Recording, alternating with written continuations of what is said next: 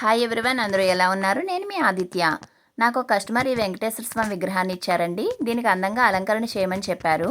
నేను cloth work చేయడం కుదరదండి. విగ్రహానికి సెంటర్లో గ్యాప్ లేదు, పంచది కట్టడానికి వీలవ్వదు. సో స్టోన్ వర్క్ చేస్తానని చెప్పాను. నువ్వు ఎలా చేసినా పర్వాలేదు, నాకు చాలా అందంగా ఆకర్షణీయంగా కనిపించాలి. మనకి తిరుపతిలోని వెంకటేశ్వర స్వామిని చూడగానే ఎంత అందంగా ఆనందంగా అనిపిస్తుందో, నాకు ఈ విగ్రహాన్ని చూడగానే అంతే అందంగా ఆనందంగా అనిపించాలి అని చెప్పన్నారు.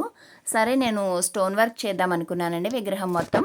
కానీ విగ్రహం మీదే డైరెక్ట్ ఆభరణాలు అవి అలంకరణ చేస్తే కొన్నాళ్ళకి స్టోన్స్ అనేవి డల్ అయిపోతాయి కదండి. సో మళ్ళీ చేంజ్ చేసుకోవడానికి, మార్చి మళ్ళీ వేరే అలంకరణ చేసుకోవడానికి వీలుగా నేను ఆభరణాలన్నీ కూడా సెపరేట్గా డిజైన్ చేశానండి. ఎందుకంటే డైరెక్ట్గా చేస్తే స్టోన్స్ అనేవి తీసేటప్పుడు విగ్రహం పాడైపోతుందని చెప్పి నేను సెపరేట్గా డిజైన్ చేశానండి. నేను ఎలా డిజైన్ చేశాను ఈ వీడియో పూర్తిగా చూడండి, మీకు క్లియర్గా నేను ఎక్స్ప్లెయిన్ చేస్తాను.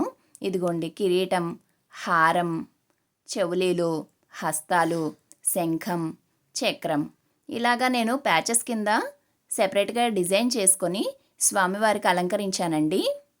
అలాగే కింద పంచది కూడా పెయింట్ వేసానండి. పెయింట్ వేసి డైరెక్ట్గానే అలంకరించాను. ఎందుకంటే దానికి కూడా ప్యాచెస్ కింద తీసుకుంటే ఇలా ఎత్తుగా వచ్చేస్తుంది అని చెప్పని పెయింట్ వేసానండి. ఇది డార్క్ కలర్ విగ్రహం కదండి, అందుకని ముందు వైట్ పెయింట్ వేసుకొని తర్వాత పెయింట్ వేసుకోవాలి, లేదంటే డైరెక్ట్ పెయింట్ వేస్తే కనిపించదు.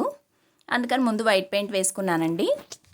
వేసాక దీనికి రెడ్, గ్రీన్, బ్లూ అని డిఫరెంట్గా పెయింట్స్ వేసి దానికి కూడా స్టోన్ వర్క్ చేశాను కింద పంచెకి కూడా.